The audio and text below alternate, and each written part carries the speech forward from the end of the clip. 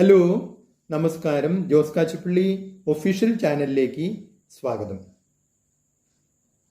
എല്ലാ സ്റ്റാർട്ടപ്പുകൾക്കും അതുപോലെ തന്നെ എല്ലാ തൊഴിലന്വേഷകർക്കും ഒരു വലിയ ഭീഷണി ഉരുത്തിരിഞ്ഞ് വന്നുകൊണ്ടിരിക്കുകയാണ്. ഒരു കാലത്ത് കമ്പ്യൂട്ടർ എന്ന് പറഞ്ഞാൽ മനുഷ്യരുടെ തൊഴിൽ കളയും, തൊഴിലില്ലാതാക്കും എന്നുള്ളൊരു ഭീതി മനുഷ്യർക്കുണ്ടായിരുന്നു.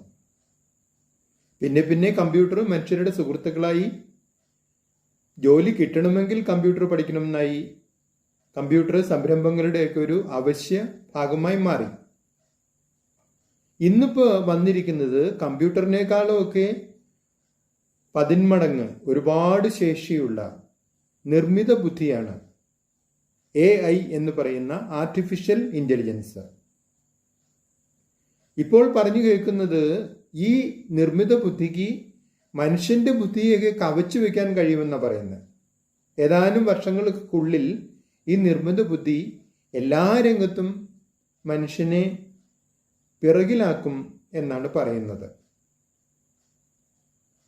ഇന്നിപ്പോൾ ഈ നിർമ്മിത ബുദ്ധിക്ക് ചെയ്യാൻ കഴിയാത്ത യാതൊരു കാര്യവുമില്ല. അപ്പൊ ഞാൻ ആലോചിക്കുകയാണ്, നാളെ അല്ലെങ്കിൽ ഏതാനും വർഷം കഴിഞ്ഞ് മനുഷ്യന്റെ സ്ഥിതി എന്താ? ഒരു ജോലിയും മനുഷ്യൻ ചെയ്യണ്ട, എല്ലാം നിർമ്മിത ബുദ്ധി ചെയ്തോളും. ഒന്നും ആലോചിക്കുക പോലും ചെയ്യണ്ട, മനുഷ്യന് വേണ്ടി നിർമ്മിത ബുദ്ധി ആലോചിച്ചോളും. പിന്നെ ആകെ കൂടി ഉള്ളത് ഈ നിർമ്മിത ബുദ്ധിക്ക് ഒരു ആജ്ഞ കൊടുക്കുക, കമാൻഡ്സ് കൊടുക്കുക. എനിക്ക് ഇന്ന ജോലി ചെയ്തു തരണം, അല്ലെങ്കിൽ എനിക്കൊരു കഥ എഴുതി തരണം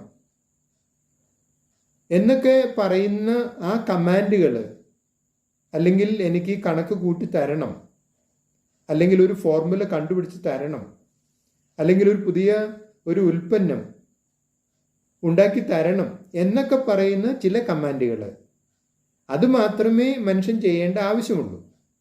കുറെ കഴിഞ്ഞ് കഴിഞ്ഞാൽ ഈ കമാൻഡും വേണ്ട. മനുഷ്യൻ എന്താണോ ഭാവനയിൽ കാണുന്നത് അത് നിർമ്മിത ബുദ്ധി ചെയ്തോളൂ, മനുഷ്യനൊന്നും ചെയ്യണ്ട.